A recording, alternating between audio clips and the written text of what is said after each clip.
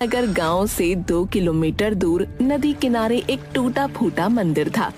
कहते हैं कि कभी चंदन नगर गांव उस नदी के किनारे बसा था, लेकिन बार बार बाढ़ आने के चलते और नदी की दिशा बदलने की वजह से 200 साल पहले चंदन नगर वर्तमान जगह पर बस गया। वो पुराना मंदिर आज भी नदी किनारे ही विराजमान है। इस मंदिर को गांव वाले भूतिया मंदिर भी कहते हैं। एक दिन बहुत तेज बारिश हो रही थी और बिजली भी चमक रही थी। गांव का भुवन काम से लौट रहा था। उसके कुछ ही दूरी पर गांव का नाई कनुआ कहीं से वापस लौट रहा था। अचानक से बिजली चमकी और मंदिर का घंटा बजने की आवाज आई। हे भगवान, आज क्या अनर्थ होगा पता नहीं, सब सुख रखना।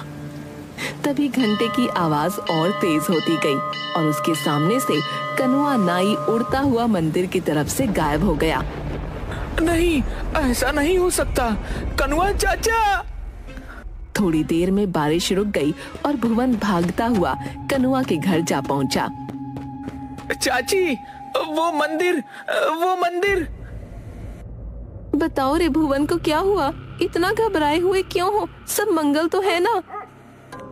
नहीं चाची, कनुआ चाचा मंदिर के घंटे की आवाज में गायब हो गए। नहीं, ऐसा नहीं हो सकता। कह तो कि झूठ है। मेरी आंखों के सामने चाचा मंदिर की तरफ उड़ते हुए चले गए। मुझे माफ कर दो चाची, मैं कुछ नहीं कर सका। धीरज धरो बहू, अब इन गांव वालों को सब पता नहीं किन पापों का फल मिल रहा है। पिताजी, बहुत प्यास लगी है। एक बोतल पानी लाया था, वो दोपहर में ही खत्म हो गया था। जा नदी किनारे जाकर पी ले। क्या वाला है? नहीं यार, पहले ही काफी लेट हो चुका है। पिताजी मेरे बिना खाए सो जाएंगे। और वैसे भी मैं इस अंधविश्वास को नहीं मानता। ठीक है, चलता हूँ, 10 मिनट में घर पहुँच जाऊंगा। चेतन के बार बार मना करने के बावजूद बंकू वहाँ से अपने घर की ओर चल देता है। जैसे जैसे वह चलता जाता, उसके कानों में पुराने मंदिर के घंटे की आवाज तेज होती जाती। घंटे की आवाज अब उसके कानों में इतनी तेज हो गई कि वो दोनों हाथों से कानों को ढक लेता है। फिर भी घंटे की आवाज उसके कानों में नश्तर की तरह चुभ रही थी। इस दौरान कब उसका पैर मंदिर की ओर चल पड़ा, उसे पता भी नहीं चला। एकाएक वो देखता है कि वो मंदिर के पास खड़ा है और घंटा लगातार बजे जा रहा है। वो कुछ समझ पाता इससे पहले ही घंटा चुंबक की तरह से खींच लेता है और घंटे के अंदर बंकू ऐसे समा जाता है जैसे घंटा कोई ब्लैक होल हो। इसके साथ ही घंटे की आवाज आनी बंद हो जाती है। इधर रतन के घर। चलो, घंटे की आवाज तो बंद हुई। भगवान करे कहीं कोई हादसा ना हुआ हो। ठीक है रतन, अब मैं चलता हूँ। बंकू भी तुम्हारा 10-15 मिनट में आ ही जाएगा। ठीक है पंडित जी, प्रणाम। सुनो जी, टॉर्च लेकर चेतन के यहाँ जाकर देखाओ। घंटे की आवाज तो बंद हुए आधा घंटा हो गया, बंकू अभी तक घर नहीं लौटा। तुम ठीक कह रही हो सुनीता, मैं अभी जाकर चेतन के घर बंकू को देख कर आता हूँ।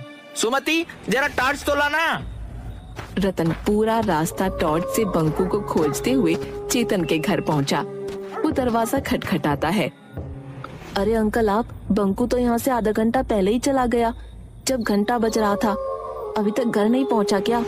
नहीं बेटा, अभी तक तो बंकू घर नहीं पहुँचा, लेकिन जब पुराने मंदिर का घंटा बज रहा था तब उसे जाने क्यों दिए? अंकल, मैं बार बार उसे मना कर रहा था कि अभी मत जा, लेकिन वो बोला कि मैं अंधविश्वास में नहीं मानता। मेरे पिताजी मेरे बगैर खाना नहीं खाते और वो उसी समय चला गया। चेतन और रतन दोनों मिलकर बंकू को बहुत ढूंढते हैं, लेकिन बंकू कहीं नहीं मिलता। रतन के घर पर हाहाकार मच जाता है। जैसे तैसे रात गुजरती है। सुबह होते ही रतन के घर पर लोगों की भीड़ उमड़ पड़ती है। रतन भाई, मुझे अभी अभी पता चला कि घंटे की आवाज जो रात में हुई थी, उसके बाद से तुम्हारा बंकू गायब है। मुझे इस बात का बहुत अफसोस है, लेकिन इसमें हम लोग कर भी क्या सकते हैं? सरपंच साहब, बंकू मेरा इकलौता बेटा था। वह पूजा पाठ अंधविश्वास को नहीं मानता था। कितनी बार उसे समझाया, लेकिन वह नहीं माना। आज उसी का फल हम लोग भोग रहे हैं। नियति के आगे हम सब लोग बेबस हैं। मैं जानता हूँ कि तुम्हारे ऊपर क्या बीत रहा है। हम लोग तो सिर्फ सांत्वना ही दे सकते हैं। हाँ, बेटा तो चला गया, अब तो सिर्फ सांत्वना ही हमारे हिस्से बचा है।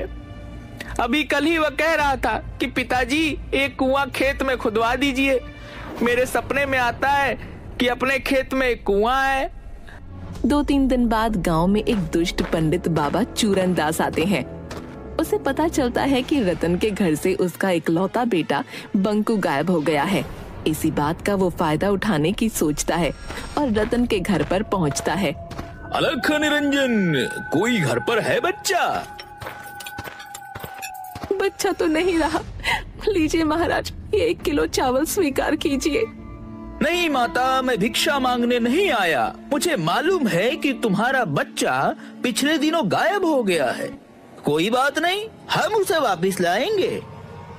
महाराज की जय हो। कोई भी उपाय करे महाराज, कैसे भी मेरा बच्चा मुझसे मिलवा दे। नारायण नारायण, तुम्हारा बच्चा तुम्हें जरूर मिलेगा माता। बस थोड़ा सा दान पुण्य करना होगा।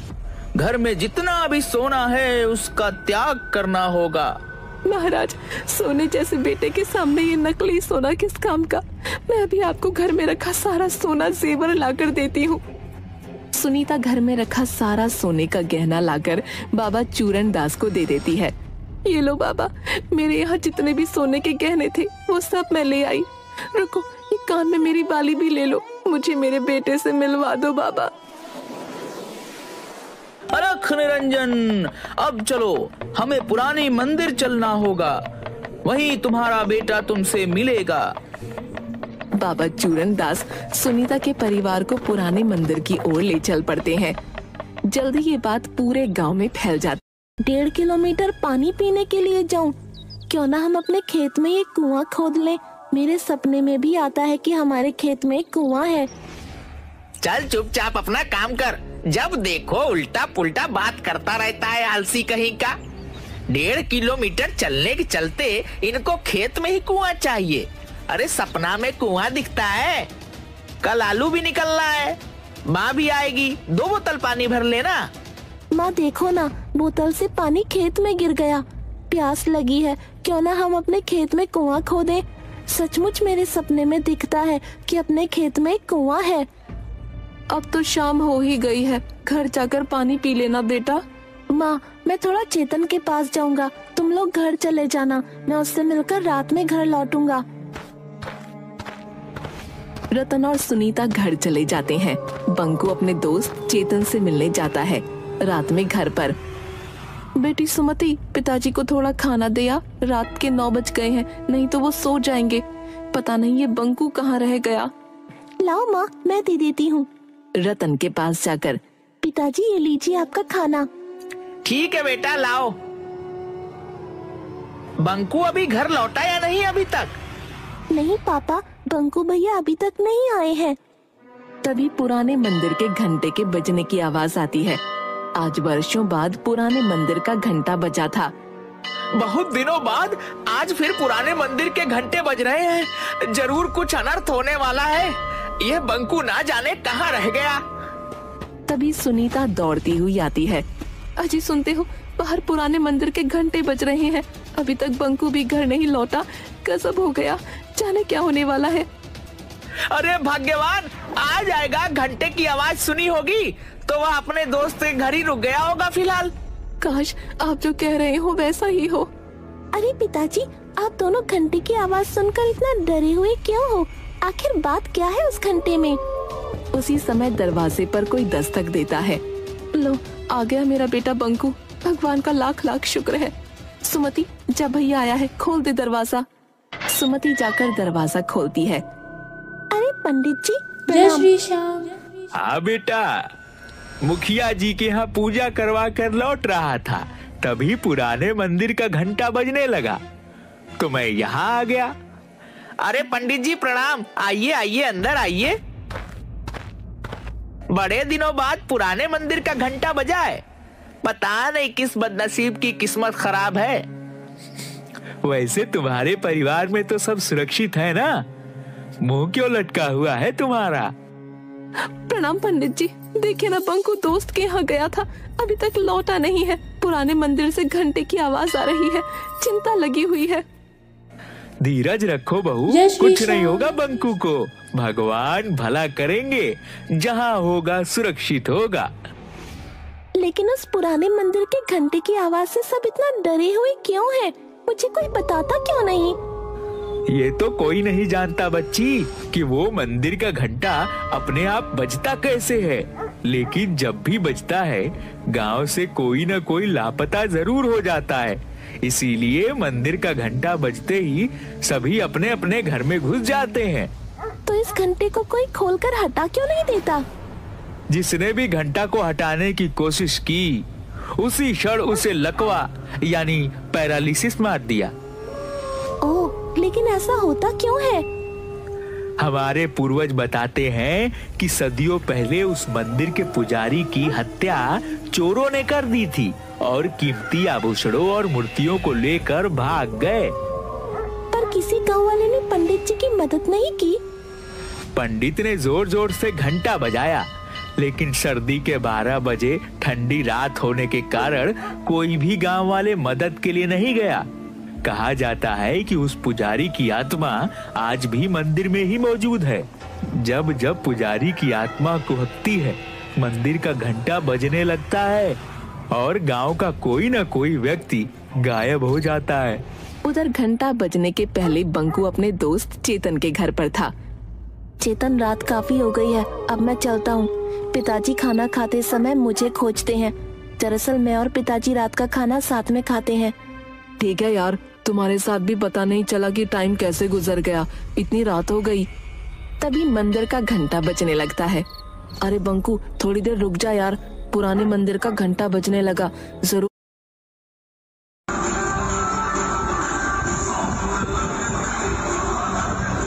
है बाबा चूरन दास बंकू को वापस लाएंगे।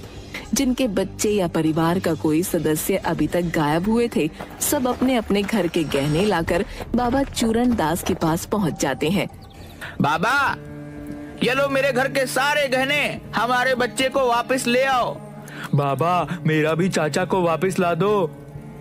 ये लो गहने, मेरे पिताजी को वापस ले आओ। ये लो गहने। जल्द ही बाबा के पास सोने के आभूषणों का अंबार लग जाता है। आप लोग शांति बनाए रखें, सभी को उसके परिजन मिल जाएंगे। अभी हम एक हवन करेंगे। चूरन दास मास्क पहनकर हवन में कुछ भस्म फेंकता है, जिससे पूरे मंदिर परिसर में धुआं फैल जाता है और धुएं में सारे लोग बेहोश हो जाते हैं।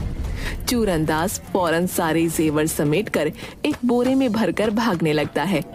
तभी मंदिर में टंगे घंटे से एकाएक किरणें निकलती हैं और चूरन दास वहीं पर अपाहिज हो जाता है। थोड़ी देर बाद सभी को होश आता है। मुझे बचा लो, कोई मुझे बचाओ, मैं पूरी तरह अपाहिज हो चुका हूँ। मैंने तुम लोगों के साथ धोखा किया है। हे भगवान, अब किसी के साथ धोखा नहीं करूँगा। दुष्ट पंडित, तुम्हारी यही सजा है। तुमने कई लोगों के भावनाओं को धोखा दिया है। अब पड़े रहो यहीं। उधर सुनीता ने रात में कहा था कि उसके बेटे की आखिरी इच्छा खेत में कुआं खुदवाने की थी, इसलिए रतन बंकू को याद कर खेत में कुआं खोद रहा होता है। तभी उसे जमीन के अंदर से कुछ मूर्तियां और आभूषण मिलते हैं। वो इसकी खबर सरपंच और पंडित ज्ञानचंद को देता है। जरूर यह मूर्तियां वही पुराने मंदिर की है जो सैकड़ों साल पहले गायब हुए थे। शायद चोरों ने इसे यहाँ पर छुपा रखा था। अगर ऐसी बात है तो पंडित जी, इन मूर्तियों को गंगा जल से धोकर फिर से वहीं स्थापित किया जाए। पंडित ज्ञानचंद उन मूर्तियों को फिर से पुराने मंदिर में प्रतिस्थापित करवा देता है। तभी जोर से घंटे बजने लगते हैं। सभी लोगों में हाहाकार मच जाता है, क्योंकि सभी आज घर के बाहर मंदिर के पास खड़े थे। तभी अचानक सुमति चिल्लाती है, अरे माँ देखो, घंटे में से बंकू भैया निकल कर आ रहे हैं। अरे ओ गिरधारी मेरे भाई, बरसों पहले तुम बिछड़ गए थे। जय हो देवी माँ, तेरी लीला अपरंपार है। अरे रामधन भी, सभी लोग निकल रहे हैं। आप आ गए, मुझे यकीन था आप आओगे। घंटे में से गायब हुए लोगों को निकलता हुआ सब देख रहे थे। किसी का बेटा, किसी की बहन, किसी के चाचा, किसी के दादा, सब लोग अपने परिजनों से मिलकर बहुत खुश थे। अरे मैं ठीक हो गया, जय हो बाबा, जय भगवान, तेरी महिमा तू ही जाने। चूरनदास, भगवान ने तुझे नया जन्म दिया है, इसीलिए इस जन्म में तुम अच्छे कर्म करो, तुम इस मंदिर का देखभाल करो, यही भगवान का आदेश है। मैं जीवन भर इसी चौखट पर पड़ा रहूंगा, मुझे मोक्ष यही मिलेगा। शायद आज इस मंदिर के पुजारी की आत्मा को शांति मिला होगा। मंदिर में भगवान फिर से स्थापित हो चुके हैं। इस घटना को आज कई साल बीत गए, लेकिन फिर कभी मंदिर का घंटा नहीं बजा।